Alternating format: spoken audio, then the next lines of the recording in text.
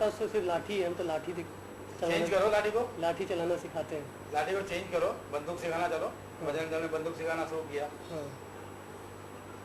मैं बजरंग दल के सबसे पहला पूरे देश में वर्क चलाने वाला आदमी हूँ। सन 87 में सबसे पहला वर्क किया मैंने गुजरात में।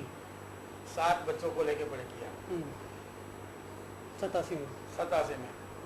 और उसके बाद जो ढांचा टूटा है वो ट्रेनिंग भी यहाँ पर हमने दी है। यहाँ 40 नौजवानों को पूरे देश से बुलाया था जो बजरंग दल के संयोजक थे, और उनको ट्रेनिंग यहाँ हमने दी सरखेज में। तो बाद में बड़ा बड़ा बवाल हुआ, भाई ट्रेनिंग सरखेज में दी गई। राजेश पालर ने वहाँ पर लोकसभा में बताया ये तालीम जो है तोड़ने की, ढांचा गिराने की तालीम, वो बाबरी मस्जिद गिराने की तालीम जो है कि अहमदाबाद में सरखेज में दी गई। अच्छा, ऐसे उसमें सवाल उठाया? हाँ बिल्कुल। और पूरा यहाँ CBI इंक्वायरी बाकी सब कुछ बहुत चला है वहाँ पर। आपके ऊपर? हाँ, हमारा बाकी सब जो इंस्ट्रक्टर्स थे यहाँ पर उन सभी के ऊपर। अच्छा। हाँ, और आज भी वो ट्रेनिंग सेंटर बना हुआ है तो आर्मी के अंदर ट्रेनिंग देते हैं। हमने वो ट्रेनिंग देना शुरुआत किया सबसे पहले। जुड़े और कराटे की training, rifle training, obstacles training जो आर्मी में दी जाती है। 30 फीट रोप चढ़ना, मंकी रोप करना, एक दीवार से दूसरी दीवार कैसे जाया जाता है, ये सारी ट्रेनिंग हमने 15 दिन की जो है यहाँ पर की। और आज भी चल रही है, अभी पूरा हुआ है, अभी चल रही है, अभी भी चल रही है, पूरे देश में चल रही है।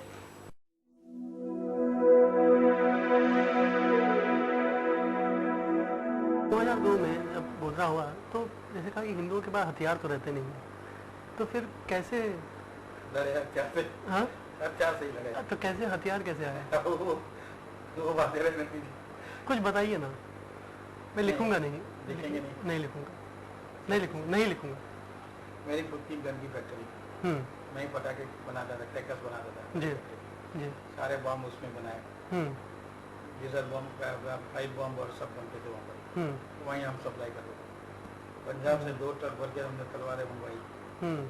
यहीं पर एक गाँव में जो है कि दारिया और वो सब बनवाए सब, और सबको सामान दिया। उस समय एक ही था कि सामान चाहिए तो इनसे लो। वही कहा कि हथियार कहाँ से? इवन कट्टे भी इतने लाए हैं, MP से, UP से, सबसे कट्टे मंगवाए मैंने, यहाँ से मैंने डिस्ट्रीब्यूट किया। क्योंकि समय बहुत कम था। आपको मैं बता रहा हूँ, नहीं समझ रहा हूँ, आप समझ लीजिए। आज तक ये राज किसी को मालूम नहीं। मैं समझ रहा हूँ। मैंने कहा कि हिंदू पर हथियार तो रहता नहीं, घर में छुरी होती। हथियार दिए थे, वो लोग का शौक लग गया था। हम यहाँ बनाते थे और टेस्टिंग करने जाते थे। तब हम पाइप के अंदर पूरा का पूरा जो है कि लॉन्चर बनाते थे। यहाँ फैक्ट्रिया में साइड में से लॉन्चर, और उसके ऊपर पाइप, 4 की पाइप लगाते थे, और हम पूरा होल बंद करके उसके अंदर छड़े लगाते थे किलियों के, तेल के, और पीछे 555 का जो बॉम्ब आता था ना, उसकी वाट लगा देते थे, उसको जलाते और पाते थे, 9 इंच की दीवार तोड़ दी जाती थी।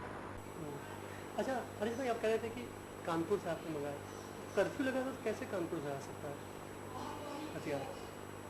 कैसे नहीं आ सकते, सब कुछ आ सकता है। मैं सोच रहा था नहीं, लेकिन कर्फ्यू मैं MP से मंगवाया, मैंने बिहार से मंगवाया, लेकिन कर्फ्यू में कैसे आ सकता है? और दूसरे स्टेट से आएगा तो वहाँ बॉर्डर होंगे। वही तो है ना, वही छिपा के लाते तो। और एक ट्रिप नहीं आई है मेरी, 10 ट्रिप की है। कानपुर में तो अपनी सरकार भी नहीं थी। MP में भी नहीं थी सरकार उस समय। MP में भी नहीं थी, UP में भी नहीं थी, आज बिहार में भी नहीं थी। बिहार में तो कभी नहीं रही, अभी आई है बस। तो कैसे आ सकता है? बस अब ये सब मत पूछिए, लेकिन आया जरूर। रोहित भाई को भी पूछ सकते हैं आपने क्या बंदोबस्त किया? आपने इतने हिंदू मर रहे थे तो क्या किया? प्रश्न करना है तो ऐसा करना है। तो सिर्फ उसके बाइट नहीं, वो बोलेंगे ना सब। मैं बताया ना, लॉन्चर बनाया हमने, स्टैंड्स वाले लॉन्चर बनाए इतनी मोटी मोटी पाइप में, फैक्ट्रियों में। उसकी टेस्टिंग का नहीं है, उसमें ये भी शामिल थी।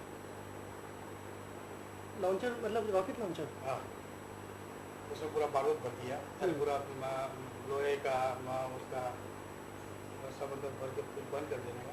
और मैंने बताया 555 की लोकल मेड, उसको आग लगा दिया, वो ब्लास्ट करेगा पूरा। तो कहीं इस्तेमाल हुआ वो? इस्तेमाल हुआ कहीं? अरे बॉर्डर पर तो इतना सारा कि इनको आश्चर्य होगा कि कैसे ये सब आया है। नहीं, अपने अहमदाबाद में इस्तेमाल हुआ? हाँ, अहमदाबाद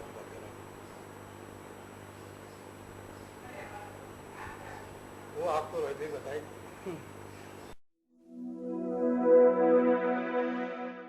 जब जिस दिन गोधरा हुआ उस समय नरेंद्र भाई के क्या प्रतिक्रिया दी? ये मैं नहीं बता सकता हूँ, क्योंकि लेकिन फेवरेबल थी, इतना कह सकता हूँ, क्योंकि ये हमारी आपस की उस समय की मिलाप थी। कुछ तो बताइए नरेंद्र भाई, नहीं क्या उनका क्या? उनका फेवरेबल था, हाँ। लेकिन हम ये क्योंकि स्टेटमेंट हम नहीं कर सकते हैं। जी। जो उन्होंने किया है ना, वो शायद किसी मुख्यमंत्री ने नहीं किया होगा। मैं कहीं इसको कोट नहीं करूँगा, मैं वैसे भी आपको कोट नहीं करूँगा कहीं अपनी हाँ। किताब में। तो उन्होंने जो 3 दिन का मोहलत दिया था, हाँ। जो भी करना चाहो कर लो, 3 दिन के बाद मैं बंद कर दूंगा, ये उन्होंने खुलेआम कहा था मैं। और 3 दिन के बाद बोला कि आप बंद कर दो, और सारा बंद हो गया। बंद हो गया 3 दिन के बाद? 3 के दिन में आर्मी भी आ गई, सब कुछ आ गए। हाँ। 3 दिन का मोहलत दिया था, 3 दिन में जो कुछ करना करो, कहा उन्होंने। यस। मैं इसलिए कह रहा हूँ कि वो जो कहा है वो कोई भी मुख्यमंत्री नहीं कह सकता है। आपसे बात हुई थी उनकी?